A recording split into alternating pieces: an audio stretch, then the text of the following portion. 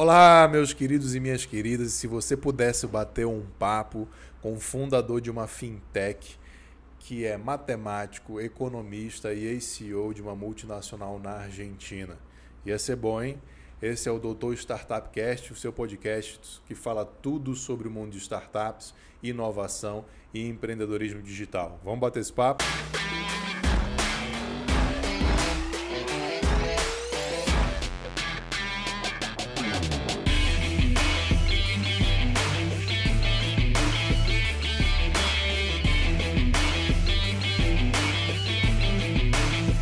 Vamos lá, então, agradecendo aí aos nossos parceiros, a Miquiles Tavares, Advocacia Empresarial e a Cotidiano, aceleradora de startups. Estamos aqui com o grande Juvencio. Obrigado, meu amigo. Bom demais ter você aqui. Não, prazer todo meu. Não, todo meu.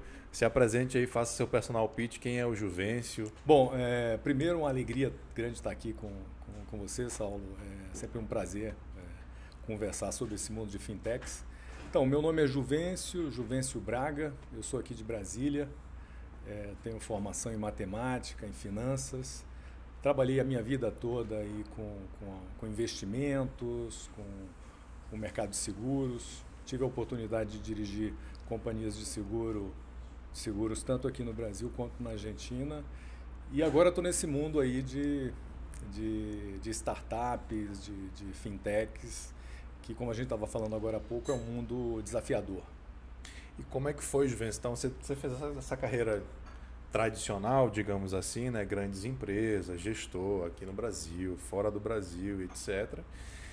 E aí, não sei se aposentou ou não, mas voltou para o Brasil, você estava na Argentina, não é isso?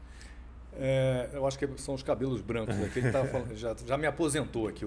Não, é um cara bem sucedido, aposenta cedo. Não, mas na verdade eu saí do grupo no final de 2018, do grupo CNP, voltei para o Brasil e na verdade estava pensando o que eu ia fazer nessa aula. Então voltar para o mercado de seguros e ir para um outro mercado. E eu tinha basicamente dois mundos, né? Eu tinha um mundo de investimentos, o mundo financeiro, o mercado de seguros e tinha essa vontade de empreender, né? De fazer alguma coisa no mundo de seguros inicialmente. Que era a tua zona, né? Que era talvez a minha área de conforto, né? E comecei a estudar um pouco essa coisa de insurtech. Era um momento onde estava começando esse assunto. Isso final de 2018, começo de 2019. A minha percepção era que estava mais difícil montar uma insurtech do que montar uma seguradora tradicional, porque ainda tinha um desafio regulatório importante. Sim. A gente olha hoje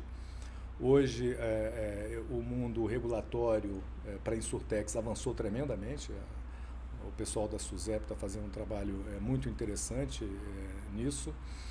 E aí os meus olhos se voltaram para o mundo de fintechs.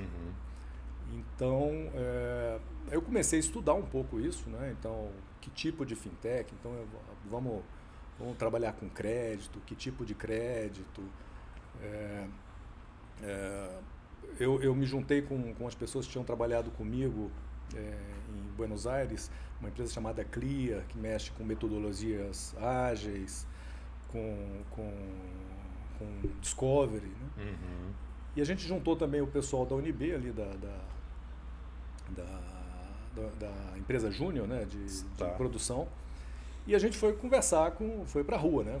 Ver o que tem aí. Ver o que tem, né? Então a gente ficou aí uns 4, 5 meses vendo o que tinha de desafio. E, claro, desde o começo tinha um desejo nosso de fazer alguma coisa que tivesse propósito, claro. tivesse algum impacto, né? Tivesse algum impacto. E aí nos aproximamos desse mundo de microcrédito, né? E de microcrédito para microempreendedores, né? Sendo mais específico. Sim. A gente viu que tinham dores importantes aí, e a gente sempre fala em 3 dores, né? Tinha uma dor muito presente, que é a dor da dificuldade de acesso. Então, esse microempreendedor informal, que busca microcrédito como capital de giro, ele não consegue ser atendido por um banco. Sim. Ele não tem comprovação de renda, Exatamente. Às vezes se quer um endereço, ele consegue comprovar direito e tal. Então, para o bancão, Não, Saulo, é muito interessante. Uma vez conversando com uma gerente de banco, eu falei assim, vem cá, olha, eu estou um microempreendedor, como é que é se ela quiser crédito? Então ela respondeu para mim assim, olha, ele vem aqui e apresenta o cartão MEI dele, né? Falou, não, mas ele não tem cartão MEI, ele é informal. Não, ele pode apresentar a declaração de imposto de renda. Então, você vê que... completamente desconectado com a realidade. Desconectado dessa realidade. Então, você vê claramente que tem um problema de acesso. Uhum. Né? Tem um problema de acesso, tem um problema de preço, né? Porque se ele conseguir acesso, ele vai pagar uma taxa muito, muito alta. Uhum. E, além disso, tem a questão burocrática. Né? Então, você imagina que um microempreendedor informal ele passa 24 horas por dia trabalhando na atividade dele. Sim. Então, ele tem que pegar um ônibus, ou pegar uma moto, ir lá na agência bancária, levar documento, assinar, enfim.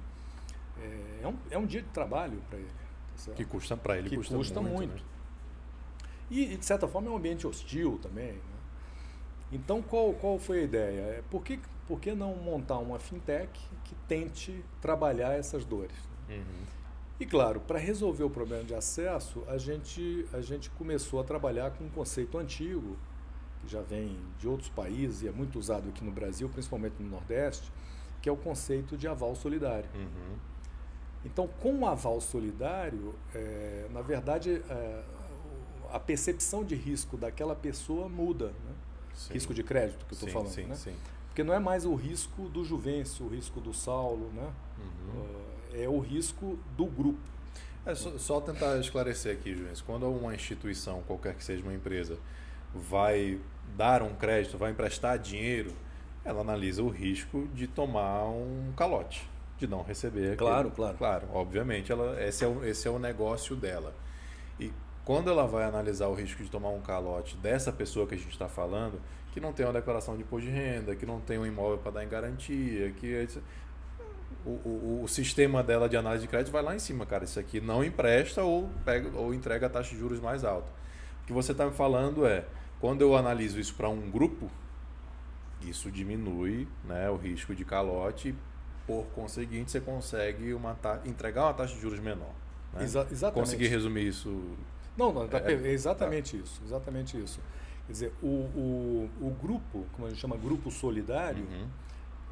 E é um grupo onde as três pessoas, 4, 5, elas assinam juntas o mesmo documento, uma cédula de crédito bancário, uma CCB, onde umas avalizam as outras. Uhum.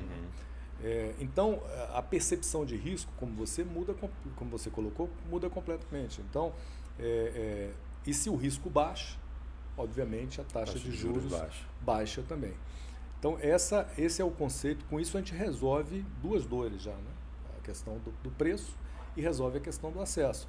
E como é tudo digital, uhum. então você vê que os nossos clientes, eles não precisam ir em nenhum lugar, eles fazem tudo usando o telefone celular que eles têm.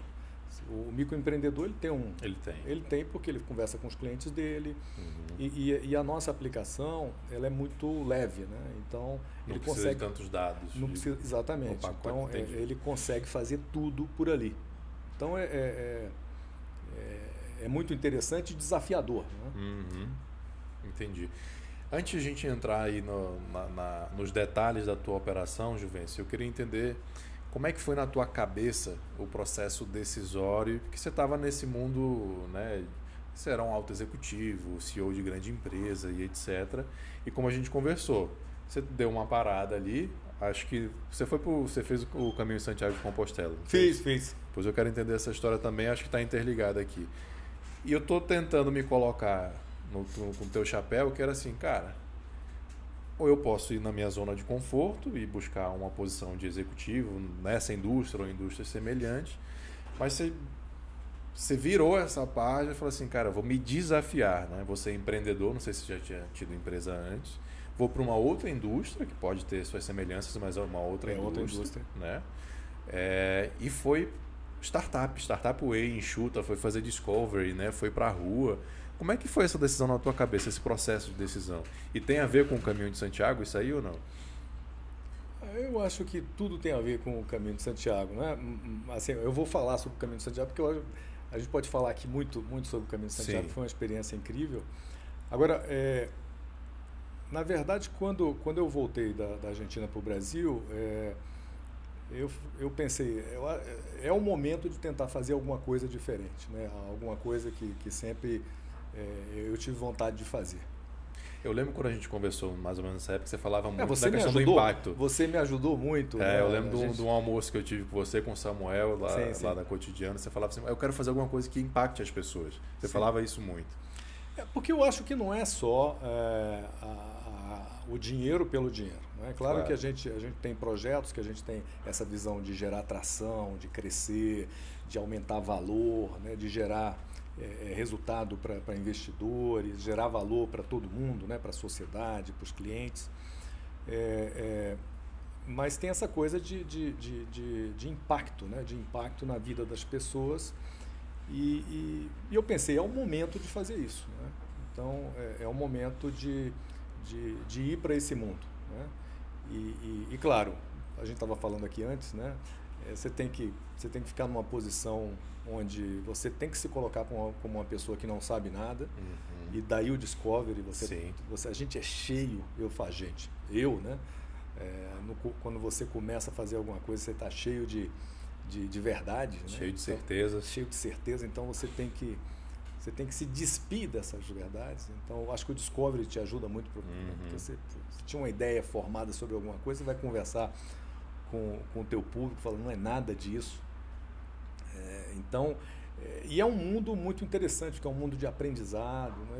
Eu tinha passado na Argentina por um processo de o que a gente chamou lá virou um clichê, mas a gente chamou de transformação digital. Uhum. E foi uma experiência muito, muito interessante, né? No sentido de você ter que repensar muitos conceitos. Né? E eu gostei muito disso. Então eu falei, não, eu acho que é uma oportunidade, né? Agora que eu voltei para o Brasil, lançar uma iniciativa nesse mundo. Né? E eu estou muito feliz, estou aprendendo todo dia, estou aprendendo coisas novas, todo dia me sinto desafiado. A gente tem um time fantástico, muito comprometido e tem muita coisa para fazer. É um outro modelo mental, né, Juvencio? De novo, eu tentando aqui puxar a sardinha para o ecossistema das startups e explicar para as pessoas como é que funciona o ecossistema das startups, e muita gente ainda acha que isso é modinha, que é a mesma coisa de uma empresa tradicional, só com um nome diferente, com o pessoal andando de skate e nadando na piscina de bolinhas.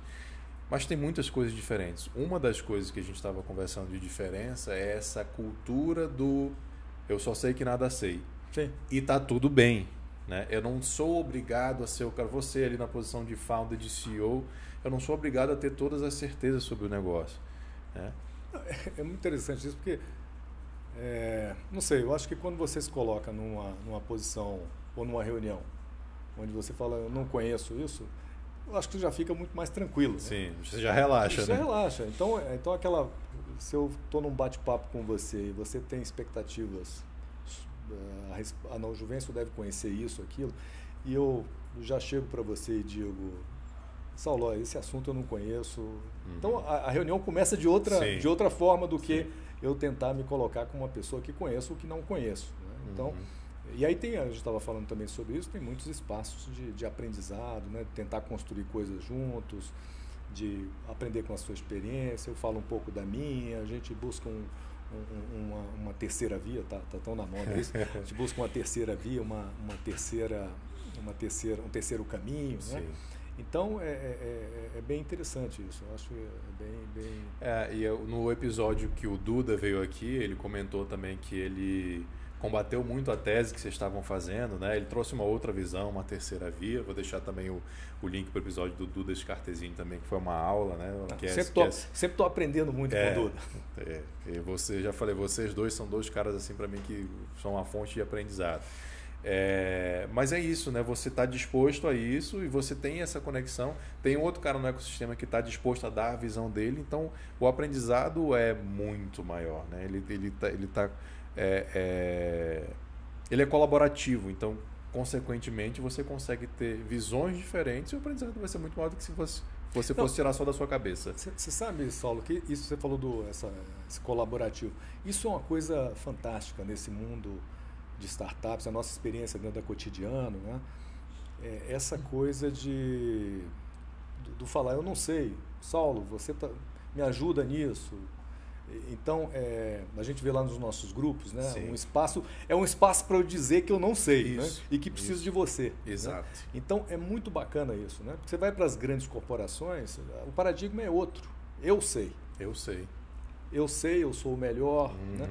E você vai para um mundo de startups, é um mundo diferente, é um mundo onde eu não sei e quero aprender com você e também estou disposto a ajudar, vamos trocar, né?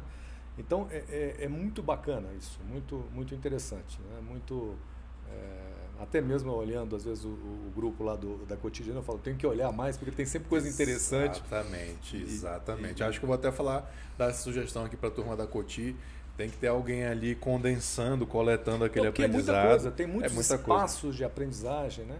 Uma curadoria ali, né? Exatamente. O meu time mesmo, toda vez que surge, puxa, o que eu vou fazer agora? A gente está com esse problema, a gente não sabe como resolver. Vai lá e publica lá lá no grupo, que certamente tem alguém vai ter uma visão, que tem uma visão que você pode falar, não é bem isso que eu quero, natural. mas você já fala a sua, e aquilo gera valor para todo mundo. Então é muito, muito bacana. Isso, é claro, quando a gente pensa em grandes corporações, talvez esse ambiente de startups exista dentro da própria empresa, né? Então, dentro vamos colocar assim, os departamentos, as BUs, as Business Units. Talvez entre elas tenha isso, mas não é uma coisa muito externa, né? Então as grandes corporações não gostam muito de falar das suas dificuldades, né? E já uma startup a gente gosta de falar mais das nossas dificuldades, porque a gente está buscando sempre... Já entra na reunião dizendo que não sabe. Exatamente. Então eu acho que é muito bacana isso, é muito bacana, cria espaços de aprendizado. A vida fica mais interessante, né?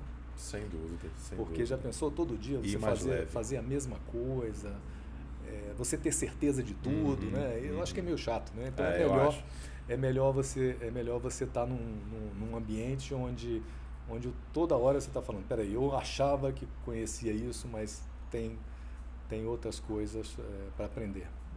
Juvencio, eu estou muito curioso para saber, cara. Me conta como foi essa história do Caminho de Santiago de Compostela. Conta para a turma o que é o Caminho de Santiago de Compostela, claro. O que é Santiago, né? Por que as pessoas fazem esse caminho? Como que você tomou essa decisão? O que representou para você?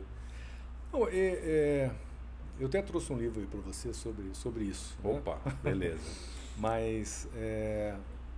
novamente, quando eu saí de Buenos Aires, eu voltei para o Brasil e falei, eu acho que é um momento de fazer coisas, porque você está naquele momento de um sabático, né? Sim. Então, um período aí que você se dá, fala, 1 ano, 6 meses, 2 anos, onde você fala, deixa eu fazer coisas que eu nunca fiz, ou que eu gostaria de fazer, mas não tive tempo. E o Caminho de Santiago era uma coisa que sempre me chamou a atenção. Ou começou a me chamar mais atenção depois do livro que eu vou te dar, tá certo? Vamos pegar logo o livro então, aí pra gente não perder o contexto, né? Bom, a gente estava falando sobre o Caminho de Santiago, talvez o livro que tenha me despertado para o caminho, ou para os caminhos, né, de Santiago, foi esse livro do Newton Bonder, que rabino, né? É um rabino, né? É um rabino importante no Brasil, uma liderança. E esse livro chama Tirando os Sapatos. Ele conta a história dele fazendo o caminho de Abraão, né? Então é muito interessante. Então ele faz o caminho passando por esses países hoje que seriam impossíveis de passar, né? Iraque, Síria.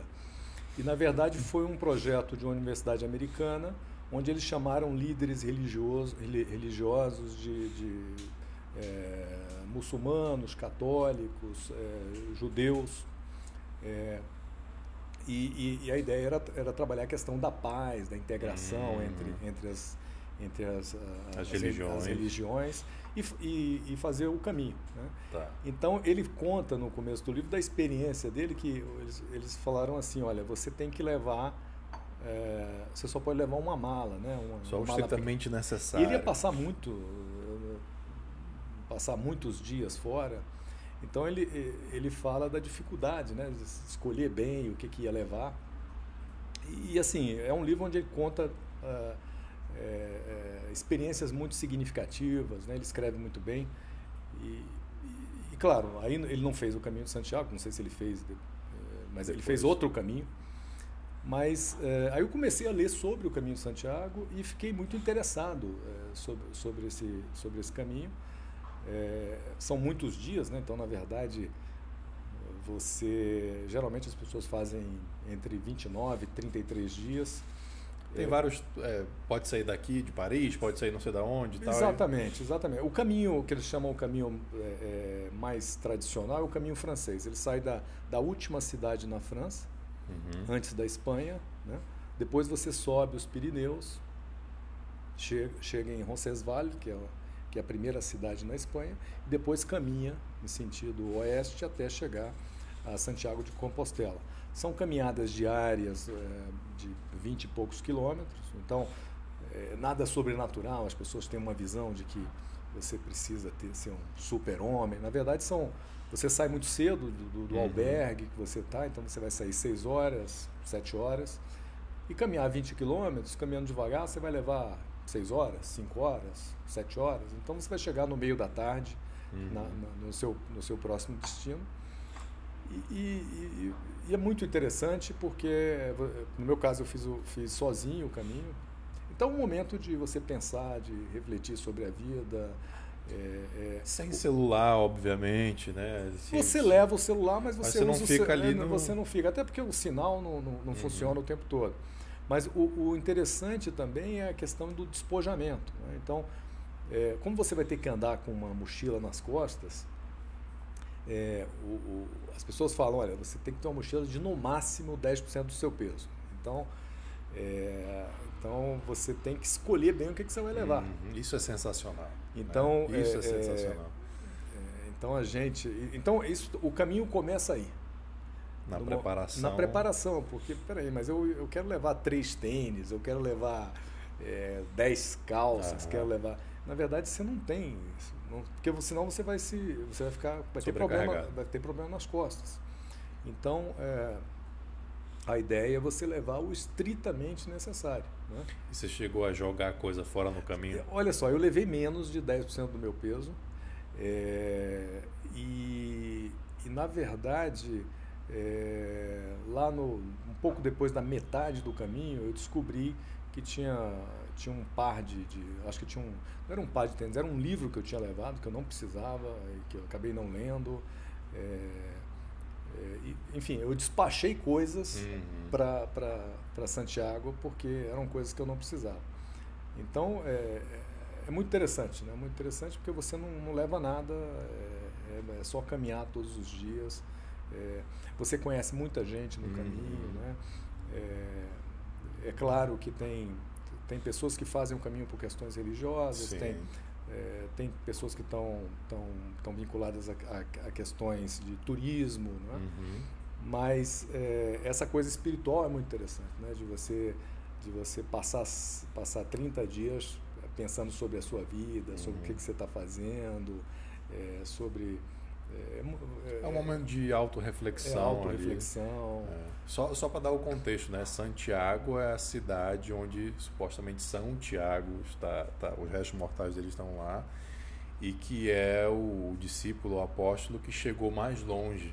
Né? Sim. Que ali é o lado oeste da Espanha. Sim, exatamente. Ali fica o quê? A 40 quilômetros do litoral. Do litoral.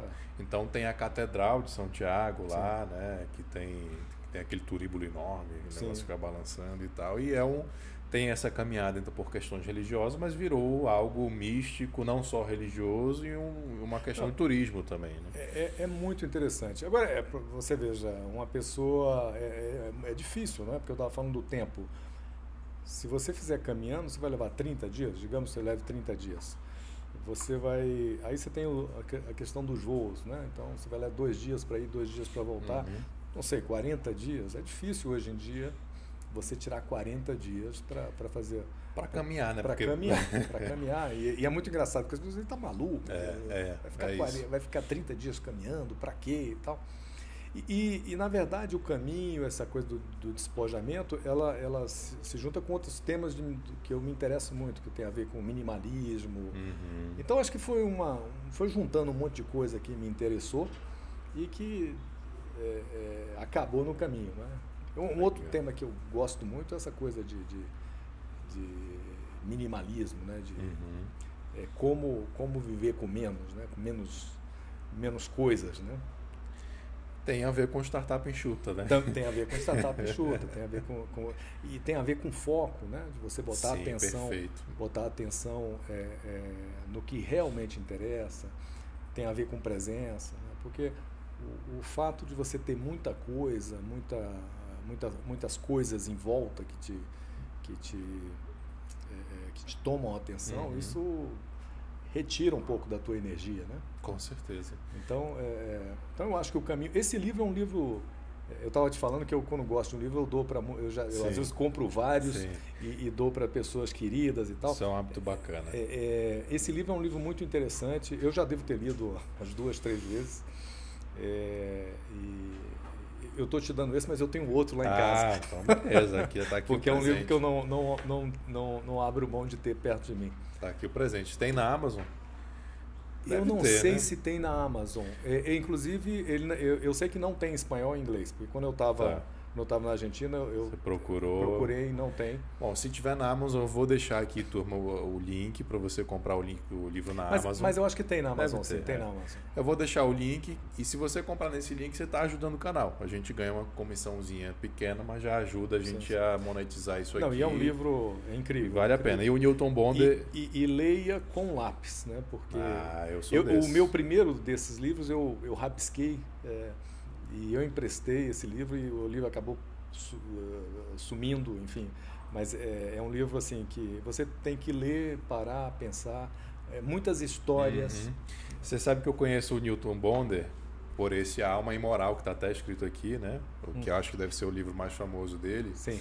E ele fez uma peça também, né? Não sabia. Tem uma peça. Não sabia. Estrelada pela filha do Arnaldo Nisquiel.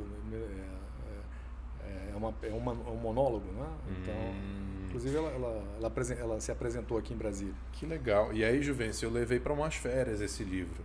O livro fininho, estava olhando as férias. Eu li também, muito bom. Mas eu fiquei assim, cara, livro não é para férias. Não é para férias. É muito interessante. É um livro que você ele é fininho, mas é denso para você refletir. Você tem que parar e ficar, cara, digerindo, né? Fazendo um spoiler aqui do livro, tem uma história que me chamou, tem várias histórias, mas uma história me chamou muita atenção. Ele dessas cidades que ele entrou, ele tinha uma senhora ele pela aparência dela, ele imaginava que ela já certamente teria mais de 80 anos, e ela estava fazendo um tapete espetacular, né? Um tapete feito com as mãos.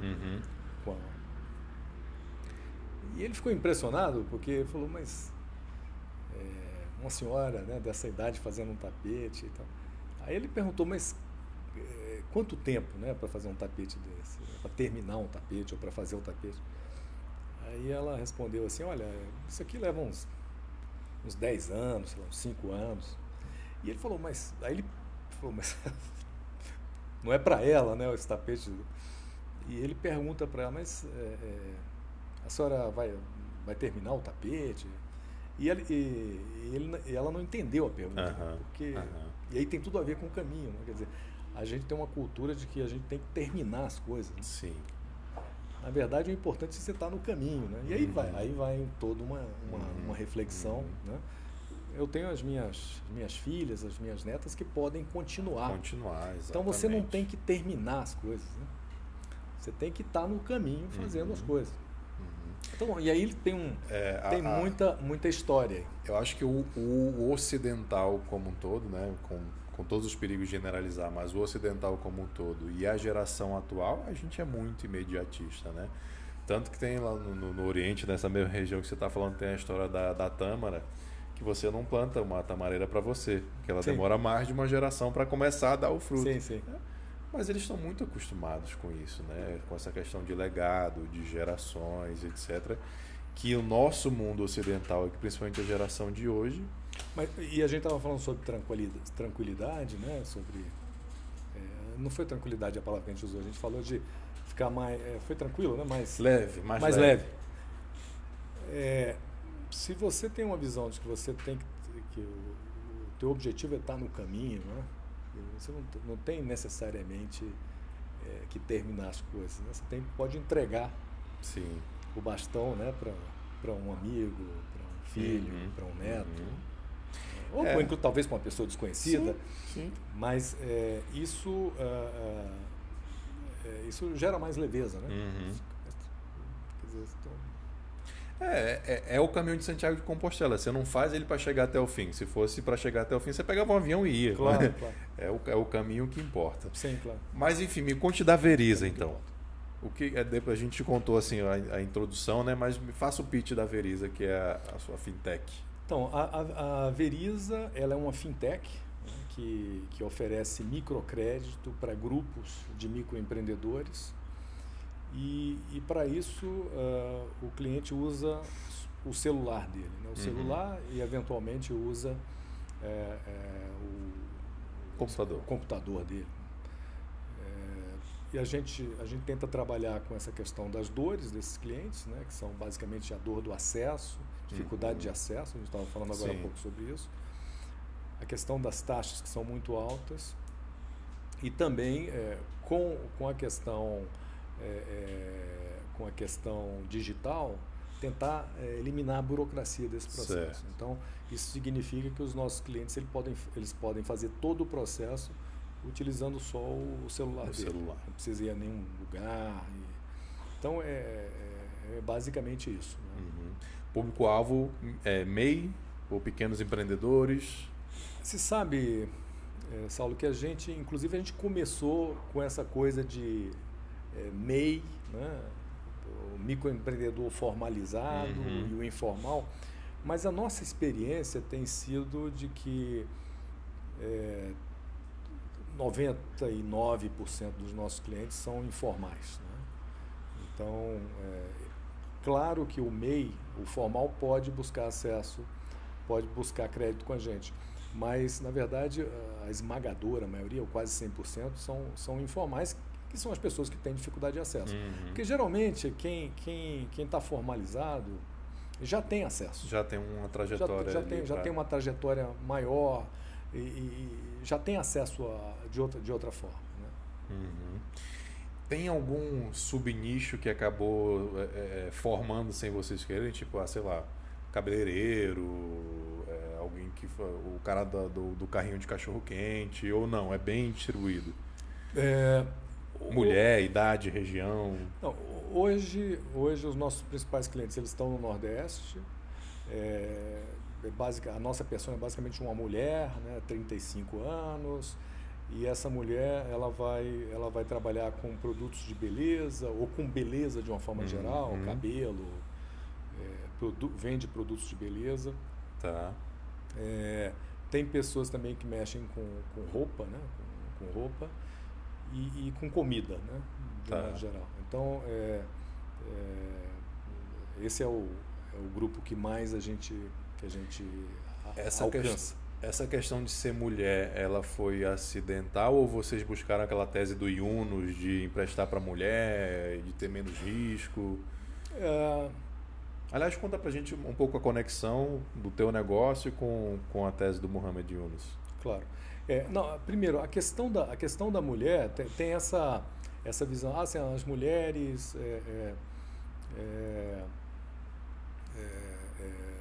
tem um nível de inadimplência menor, são mais responsáveis. Mas o que a gente percebe, assim, na medida em que a gente faz as nossas campanhas, e tenta falar da Verysa nas redes, o público que chega são as mulheres, né? Então eu diria que hoje 70% do público é formado por mulheres, né? Interessante, porque o público empreendedor ele é predominantemente masculino, né?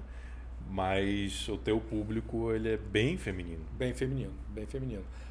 Pensando na história do Yunus, para quem está mexendo com esse público, é uma leitura obrigatória, né? Então, Banqueiro dos Pobres, né? O Banqueiro dos Pobres. Banqueiro dos Pobres do Muhammad Yunus. E ele tem outros livros também, tem o Banqueiro dos Pobres e tem a biografia dele também, que é muito interessante. Vou deixar tudo na descrição aí, turma. Que também é muito interessante. E tem outros livros, aliás, acho que tem mais de uma biografia sobre ele. Mas é uma leitura obrigatória, na medida em que ele fala de toda a luta que ele teve para montar o banco, né, o Banco do Povo lá em Bangladesh. E assim, eu acho que a leitura do Yunus é uma leitura que te gera, te inspira, né? Como que uma pessoa do outro lado do mundo, trabalhando em uma região muito mais pobre que a nossa, criou uma coisa tão relevante e tão impactante, né? Então, é uma leitura obrigatória por isso, né? Agora, é claro, quando você vem para o Brasil ou vai para outro lugar, eu diria que até mesmo dentro do Brasil, são vários Brasis. São, né? Vários Brasis, perfeito. Então, você tem que estudar esse microempreendedor em cada região. Um microempreendedor informal em São Paulo é diferente do microempreendedor informal lá no teu Amazonas, ou na terra dos meus pais lá no Ceará, entendeu? Então, é muito diferente. Então, hoje, a gente estava falando de Discovery, você tem que entender o teu cliente, aonde ele está, né? Onde ele está. Quais foram as certezas que você tinha que foram derrubadas nesse processo? Que a gente estava falando, né, disso de saber e tal. Claro que você tinha ideias, né, teses na tua cabeça. Deixa eu pensar aqui em alguma coisa. Acho que você já até mencionou uma que era o lance do MEI, né? Começar com o MEI. Sim, essa coisa do MEI, eu acho que é uma coisa... A gente imaginava, num primeiro momento, que a demanda seria maior de microempreendedores que já estão formalizados, ainda que muito pequenos. Isso foi uma coisa que não se mostrou verdade. A gente, num primeiro momento, achava que era muito mais fácil essa coisa de montar grupos, né? Montar grupos de uma forma digital, e isso fez com que a gente repensasse muito, né, a forma, né, de montar esses grupos, porque, como eu falei antes, esses clientes eles montam um grupo de microcrédito com aval solidário, tudo usando um celular. Então, você imagina que é uma fricção, né, importante, claro, né? Mas é a fricção que viabiliza o acesso, né? Ela é determinante para o teu modelo. Determinante. E, claro, aí voltamos de novo na questão da certeza. Então, a gente falou, vamos voltar de novo aqui para as reuniões e tentar montar outros mockups, testar, para tentar criar uma jornada cada vez mais fluida, né? Que tenha menos fricção. Então, isso foi uma coisa também determinante, né? Legal. E se a gente estava comentando sobre a questão do impacto, né? A tua vontade de ter um negócio que gerasse impacto, vocês estão há quanto tempo já funcionando? A gente começou no primeiro... Quer dizer, a gente montou formalmente a empresa no primeiro trimestre de 2020. Então já 2020. Temos aí 2 anos, né? 2 anos. Um pouquinho mais de 2 anos. Você já tem histórias concretas de impacto na vida das pessoas? Vocês recebem esse feedback? Essa tua vontade de impactar, ela está aos poucos sendo saciada? Sim, a gente tem procurado conversar com esses clientes que que recebem empréstimo. Então, quem entra hoje nas nossas redes vai ver testemunhos, né, de clientes. Então, melhor do que eu, né, falando, ouvir esses clientes falando, olha, eu consegui crédito na Veriza, coisa que eu não conseguia em outros lugares. Então, isso é uma satisfação quando você vê que você está gerando impacto, né? Tá gerando... E é interessante, Saulo, porque a gente está falando aí... Uma vez um investidor falou comigo, eu não gosto dessa expressão, eu gosto de usar a expressão Brasil 2, né? Não, porque eu gosto do Brasil 1 e tal. Eu falei, não, mas é porque a gente está falando de um Brasil 2 que não é assistido, né? Então, esse Brasil 1, que é o Brasil... Que é muito maior, né? A gente está falando de um Brasil, esse Brasil 2, só pensando em microempreendedores, a gente está falando aí seguramente num número maior do que 30 milhões de pessoas. E são pessoas que têm dificuldade de acesso a crédito. Então, você vê muitas das iniciativas de fintechs, de crédito, foram para esse Brasil 1. Né? Então, a gente está num mercado onde tem pouca gente trabalhando. Né? Então, tem muita coisa para fazer. E quando a gente fala de... A Veriza trabalha com microcrédito, mas a gente quer oferecer conta, a gente quer oferecer microseguro, né, para essas pessoas. Né? A gente está falando, por exemplo, de ter um produto de seguros de acidentes pessoais, um auxílio funeral, que para esse público é uma coisa muito, muito importante. Enfim, tem um mundo de coisas que você pode oferecer. Agora, nesse momento, a gente está procurando fazer parcerias com instituições que trabalham com educação. Então, a gente está conversando com várias instituições, né, tentando fazer parcerias na medida em que essas instituições estão preparando as pessoas, né, gerando conteúdo, formando esses microempreendedores, ensinando esses caras a trabalhar com uma planilha, a fazer planejamento, a formar preço de um produto, a se relacionar com o cliente, e eles, de alguma forma, terem a Veriza como uma porta para acesso a crédito. Entendi. Então, a gente está conversando com Providência, né, aqui em Brasília, está conversando com todas elas, com outras instituições de São Paulo, instituições do Nordeste, tentando ampliar uma rede que traga mais clientes para a gente.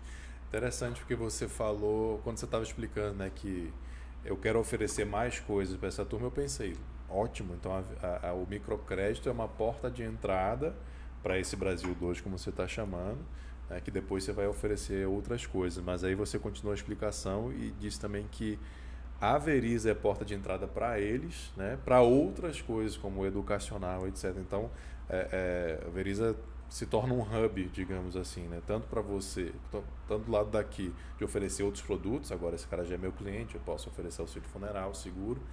Mas, ao mesmo tempo, esse microempreendedor, através da Veriza, ele vai ter acesso a um educacional. Sim, a ideia é essa. Incrível. E realmente vai ter um impacto muito grande na vida dessa pessoa, dessa família, né? Não, isso é um mundo, né? Um mundo, como eu falei, a gente está falando de 30, 40 milhões de pessoas, é muita coisa, é muita coisa. E quando eu falo de educação, porque a gente falou inicialmente sobre a questão do risco, né? O fato dessa pessoa ter algum tipo de formação para empreender modifica muito a percepção sobre a capacidade dele de empreender. Então é importante para a gente também, na hora que eu estou conversando com um grupo, né? Hoje, por exemplo, a gente conversa, a gente faz, além de pegar toda a informação de forma digital desses clientes, a gente faz uma pequena entrevista com as pessoas do grupo, tudo de forma digital. Certo. Onde a gente conversa, a gente procura ver o vínculo que existe entre eles, se eles se conhecem de verdade. E claro, essa pergunta sobre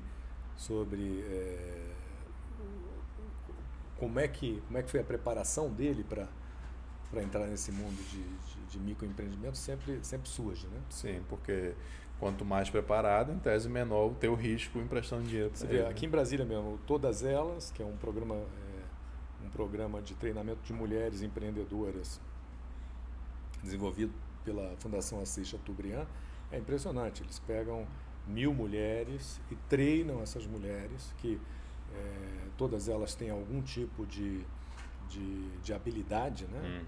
E elas são treinadas para empreender. Então, aquela mulher que sabe fazer brigadeiro, sabe fazer bolo, sabe...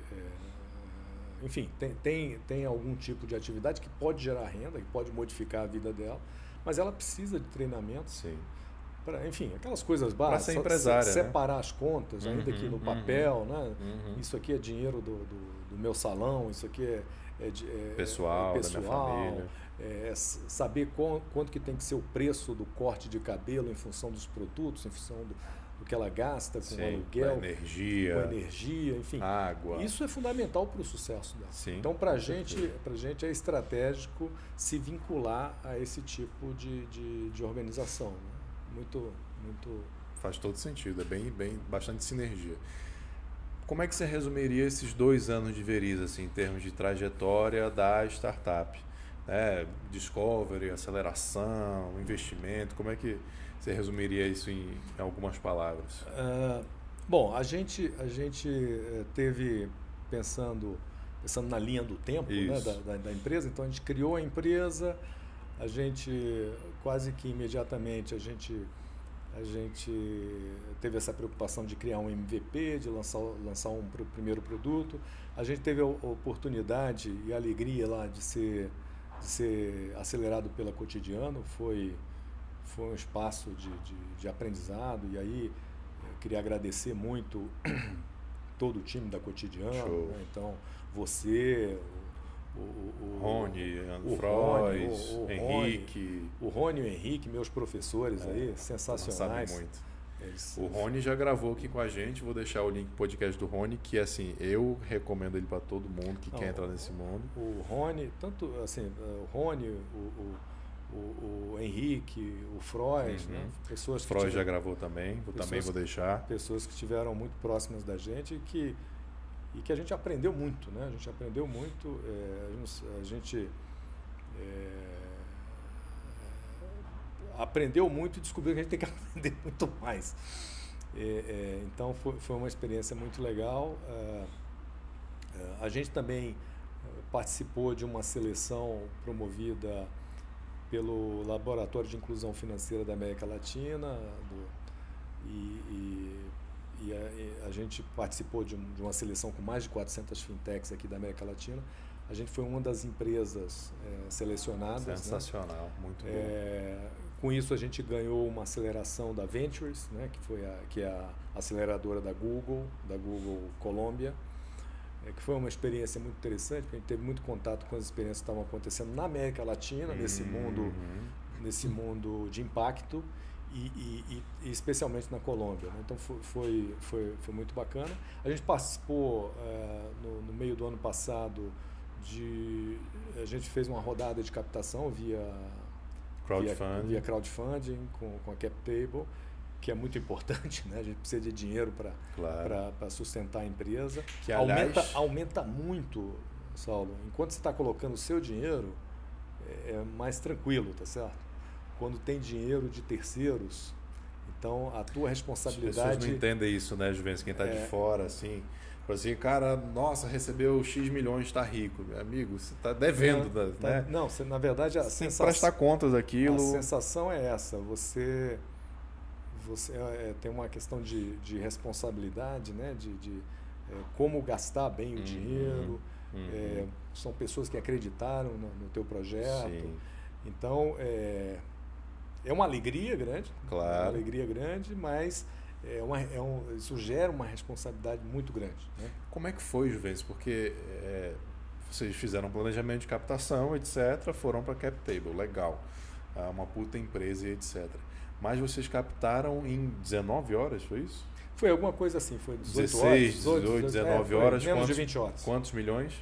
A gente captou 1,5 milhão.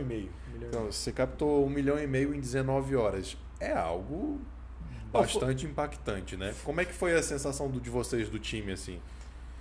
O time, como eu te falei, a gente tem um time muito bacana.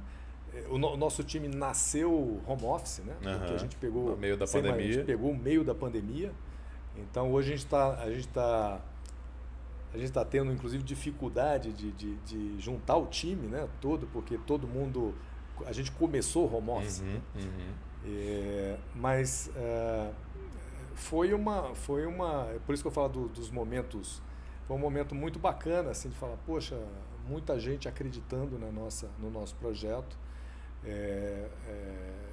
Mas também a minha função como CEO e founder é falar, peraí, pessoal, legal, mas tem uma responsabilidade gigante por trás, porque a gente tem que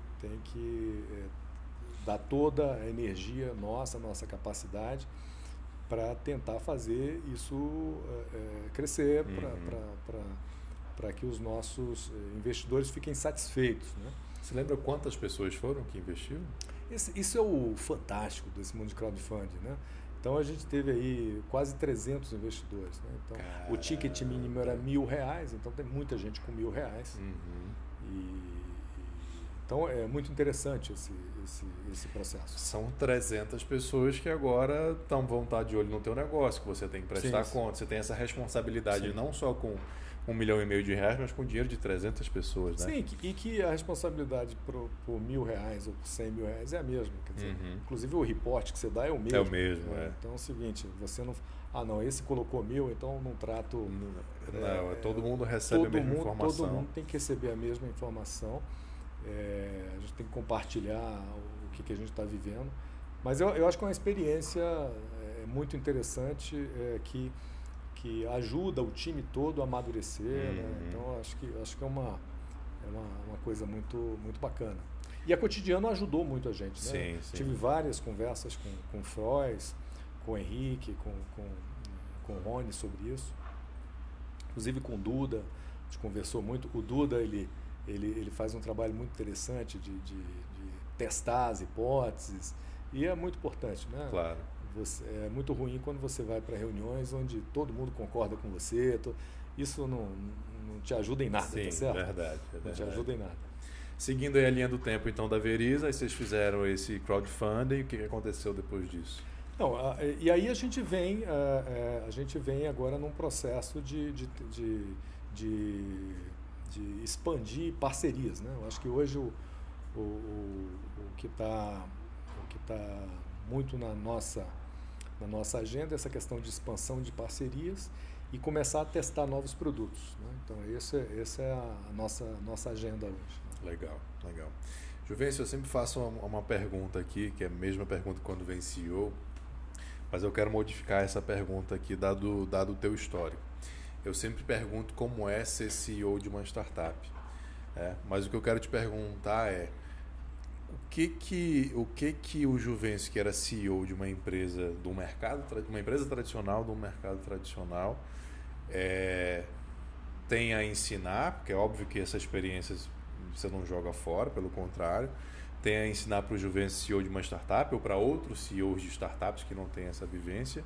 E o que você aprendeu hoje como CEO de startup que você pensou assim, cara, se eu tivesse aprendido isso quando eu era CEO tradicional, isso seria bacana também. Essa troca de aprendizado entre esses dois mundos. O que você traz lá do tradicional para o startup? O que você levaria do startup para o tradicional?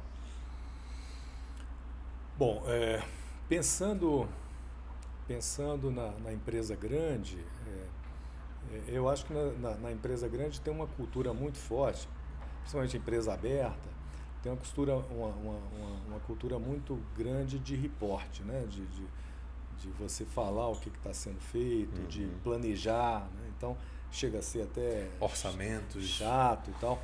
Mas tem uma coisa importante aí, que é essa coisa de você estar olhando lá na frente, né? De ter um planejamento mais... Que a gente sabe hoje que essa coisa de planejamento é uma coisa muito confusa, né? Por conta das mudanças o tempo todo.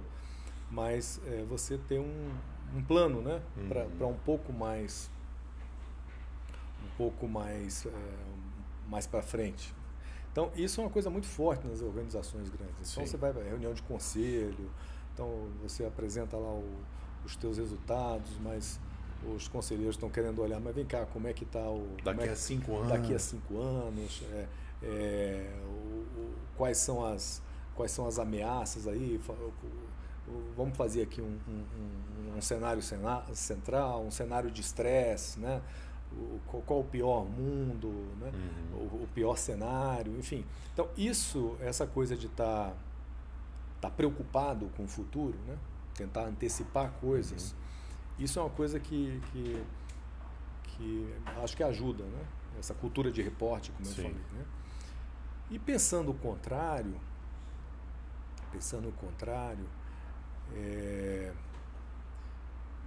eu diria que vou falar talvez o óbvio, né? Essa coisa de propriedade, né? De respirar o negócio o tempo todo, né? Porque a gente que mexe com isso, né, Saulo? Você respira isso o tempo todo, né? Então, eu acho que muda a relação, né? É uma imersão profunda, né? Quando você está dentro de uma organização, claro, lá você é bem remunerado, enfim, tudo, mas é uma relação diferente, né? Você tem um contrato lá e tal.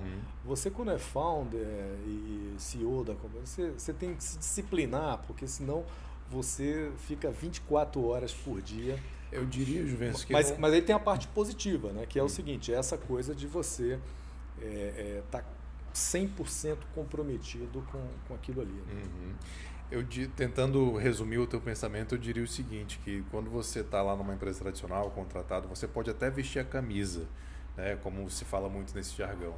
Mas quando você é founder de uma startup, você mergulha no oceano. E aquilo ali você está mergulhado naquilo, não é só a camisa que você vestiu, você se mergulhou por inteiro naquilo. Né? Não, eu sempre brinco também que você está dentro de uma organização, por mais que você seja CEO e tal, às vezes você está lá e você está dentro da organização, surgem os problemas, você olha para o lado, não? De quem que é essa responsabilidade aqui, para quem que eu vou delegar e tal. Agora você tá lá como founder da tua empresa, da tua iniciativa. É você, meu amigo, é você que... Exatamente. E tem uma coisa que... Eu até pensei em trazer esse livro para você, que você já deve ter lido, mas é um livro que é um cara que eu gosto de ler muito, que é o Jim Collins. E ele fala uma coisa que... Ele fala do dilema o dilema do espelho e da janela, né? Esse eu não conheço. Que eu acho que isso que é o seguinte, ele estudou organizações de sucesso, né? E ele falou que ele procurou características que eram comuns a essas organizações, né? Vale muito a pena ler. Chama Empresas Feitas para Vencer. Show. Ou ele tem 2 livros, Empresas Feitas para Vencer e Empresas Feitas para Durar. E um outro dia a gente pode falar sobre isso com mais tempo, mas ele falava que uma das características dos líderes dessas organizações de muito sucesso era a presença desse dilema ele chamou, acho que era dilema do espelho e da janela, que era o seguinte: quando as coisas davam errado, ele olhava para o espelho. E quando as coisas davam certo, ele olhava para a janela e olhava o time dele. Então, eu acho que isso é uma coisa que a gente tem que cada vez mais se ver nos problemas, né? Responsabilidade é minha. É minha, então, matar no peito. E quando as coisas dão certo, aí é o time que fez a coisa acontecer. Legal. Né? Eu acho que isso acho que pode ser um princípio assim. É um princípio bem bacana. É um verdadeiro líder, né? Porque geralmente é o contrário. Geralmente é o contrário. Que aí é a falta. Se deu certo, eu olho para o espelho. Isso. Se deu errado, eu olho para a janela. Exato. Quando na verdade devia ser o contrário. Talvez isso seja a diferença do chefe e do líder, né? Que a turma não gosta de fazer. O verdadeiro líder é esse, cara. Se deu errado, eu mato no peito, a responsabilidade é minha. Se deu certo, o time está de parabéns. É porque você está numa posição de liderança, então você é o maior responsável. Isso. Né? Então, e claro, e se as coisas deram certo, foi o time. Não foi você. Então, acho que isso é um princípio interessante. Dilema da janela do espelho. Gostei. Para a gente finalizar, Juvencio, momento fuck up. um erro assim que você tenha cometido na tua trajetória profissional ou pessoal, que tenha hoje, você olhando para trás, seja um grande aprendizado que a gente possa compartilhar, né? Mas que de repente tenha doído, que tenha sido algo que você tenha se arrependido, mas hoje, olhando para trás, é um grande aprendizado. Seja como CEO de startup ou de uma empresa grande. Sim, deixa eu ver, porque são muitos erros, né? Quando joga para cima, pega uma vez falaram assim, uma vez num treinamento as pessoas falaram assim, vem cá, mas o que você faria na sua vida diferente? Acho que eu faria tudo, mas tudo. Porque eu acho que... Então, eu não sei se um erro, mas eu acho que eu teria tentado ir para fora, para viver um tempo fora do Brasil antes, né? Uhum. Eu fiz isso mais maduro, né? Eu acho que isso tem a ver com tudo que a gente está falando, Claro. Essa coisa de você ter experiências diferentes, né? Uhum. Eu sempre saí, mas sempre aqui dentro do Brasil, só depois que eu saí para fora. Eu acho que teria sido bastante enriquecedor para a minha trajetória se eu tivesse saído antes, claro, para depois voltar. Sim, Mas, é muito enriquecedor, né? muito Uma experiência enriquecedor. fora. Eu fiz intercâmbio na Nova Zelândia quando eu tinha 19 anos. Faz pouco tempo. Coisa de algumas semanas. Mas é muito enriquecedor, Sim, né? sim. Você ter... Eu já tive o prazer e o privilégio de poder viajar para fora, de férias, Claro. e tal, mas você morar sozinho, gerindo a sua vida numa outra cultura, do outro lado do mundo, como já faz um pouco de tempo, não tinha essa conectividade que tem hoje. Então, assim, meu amigo, é você mesmo, se vira, vai cuidar da sua vida. Isso te traz uma casca, uma maturidade que é incrível. Não, e assim, eu tenho muita tranquilidade assim, de ver muitas coisas que você olha para podia ter feito isso, podia ter feito aquilo. É claro que isso não garante nada. Sim, e é claro que é um olhar sobre o passado também, né? Não garante nada, mas eu acho que é interessante, é uma afirmação de que existem muitos mundos, né? Muitas possibilidades. E eu acho que esse tipo de percepção também te deixa mais atento para o que surge hoje para você. Sim, né? sim. Então eu estou muito interessado em fazer coisas novas, em conhecer lugares novos. Então é muito bom. Você acha que o mundo é um mundo de infinitas possibilidades ou tem um destino ali meio predeterminado, um caminho? Não, eu definitivamente acho que a gente vive num mundo de infinitas possibilidades, né? Infinitas possibilidades. Não, totalmente, né? Porque tem gente que acha que o destino está meio ali, ou 100% determinado, ou está meio ali um caminho traçado. Não, acho que tem coisas físicas, né? O sol vai esfriar um dia, né? Não estou falando de coisas metafísicas, não de coisas Não, físicas. eu estou falando assim, tem coisas físicas que vão acontecer, né? Mas o teu destino, o destino de um país, o destino de uma empresa, tem infinitas possibilidades. Claro que nem tudo depende de você, né? Tem sorte, tem sorte que eu falo, aquela coisa de aproveitar as oportunidades que surgem. E é claro que o aproveitar a oportunidade que surge tem muito com os instrumentos que você ganhou durante a vida, né? Para ler alguma coisa e falar isso é uma oportunidade e não uma ameaça. Ou eu vou fugir disso quando na verdade você tinha que abraçar aquilo, né? Ou uma coisa que você fez, ou uma semente que você plantou, uma pessoa que você ajudou, num contexto completamente diferente, uma outra cidade, trocentos anos atrás, mas que de repente sequer você consegue fazer o link, mas aquilo tem um link. Aquilo, sei lá, só se tornou uma oportunidade para você, tentando conectar com a tua história aqui, só se tornou uma oportunidade para te trabalhar com uma fintech porque você trabalhou nesse mundo financeiro a tua vida inteira. Isso é um link muito direto, mas eu acredito que tem links assim que a gente sequer consegue traçar, né? Saulo, totalmente. E isso tem a ver com as infinitas possibilidades. Né? Sim, então, verdade. E aí volta, a nossa conversa aqui está muito conectada, mas tem a ver com a presença. Né? Então, eu tenho que estar aqui 100% na conversa contigo. Eu não posso estar aqui pensando ter uma reunião daqui a pouco, e aí eu estou fazendo um meio bate-papo contigo aqui, depois eu vou entrar nessa próxima reunião e já vou estar preocupado com outra coisa. Quer dizer, você nunca faz nada, você nunca está inteiro, né? Então, certamente eu vou sair daqui falando, o Saulo falou isso, pô, tenho que ver aquilo, tenho que... Sim. Porque isso você tem que estar presente, né? Senão você não... Mas você sabe que isso é tão interessante, tão verdadeiro, que eu gravava esse podcast às segundas-feiras, se eu não me engano.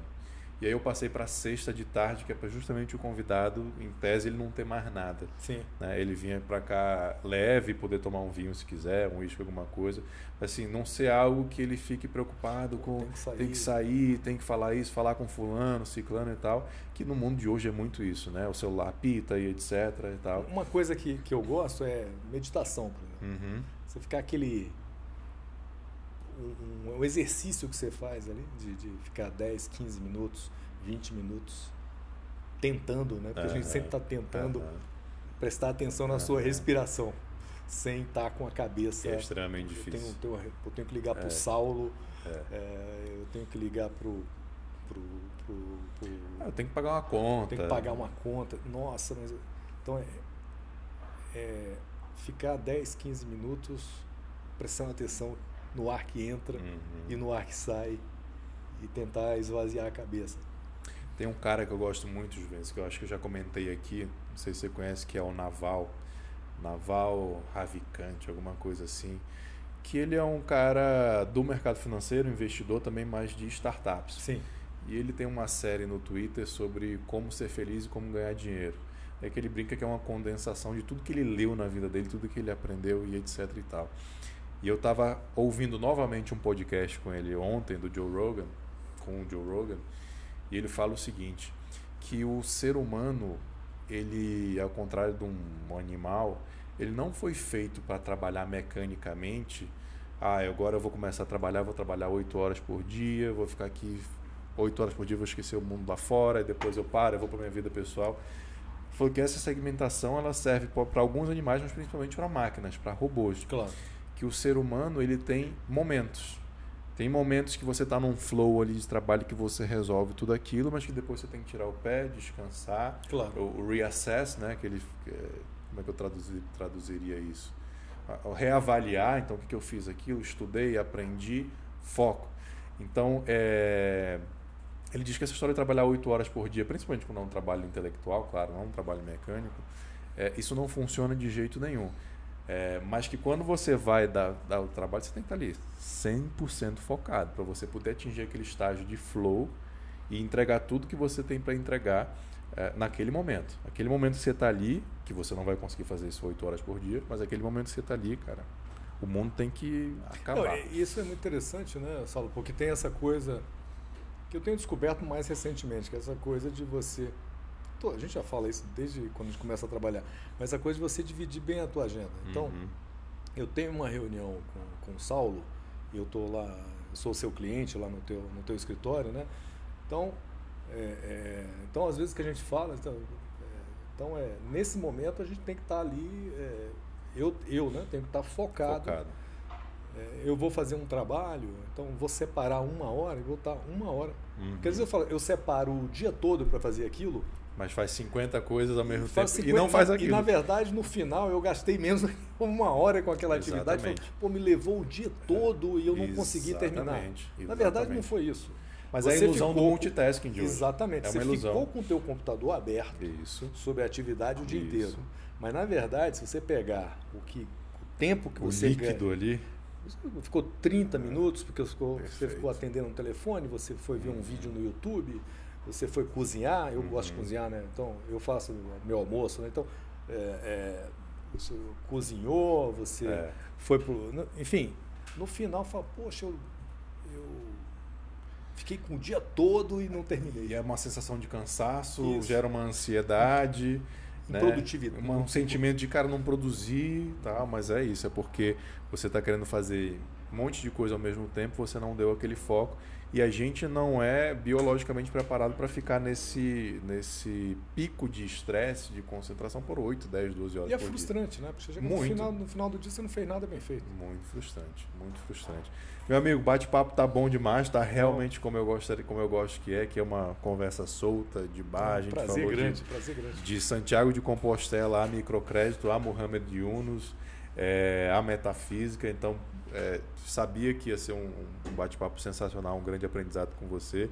vou fazer aqui o meu papel de pedir para a turma, se você está até aqui, teve algum aprendizado, algum estalo, ou deu um sorriso nessa conversa, serviu para você de alguma coisa, retribui a gente com uma curtida, com um comentário, compartilha isso com outras pessoas, se inscreve no canal, porque a nossa missão aqui no Doutor Startup é gerar conteúdo para você que quer entrar ou que já está dentro desse universo de startups, de empreendedorismo digital, de inovação. Então, a sua retribuição é curtindo, compartilhando, se inscrevendo no canal. Juvencio, obrigado. Pode se despedir aí da turma, mas prazerzão. Muito obrigado. E deixa aí as redes da Veriza. Tá. Não, primeiro, obrigado. Prazer conversar contigo, falar sobre essas experiências que a gente tem trocado aí. Muito legal. E além de falar de startup, falar um pouco da vida, né? Isso. Falar um pouco das coisas que a gente gosta de fazer. Bom, espero que vocês tenham gostado. Conheçam mais sobre a Veriza, sobre o que a gente faz. A gente tá nas redes, né? No Instagram, no Facebook, com Veriza para você. E a gente tem lá a nossa página, veriza.com.br. E estamos aí sempre à disposição para conversar sobre o mundo de startups e sobre Caminho de Santiago. Sobre a vida. Sobre a vida. Um prazer grande. Tchau, tchau, gente. Um abraço.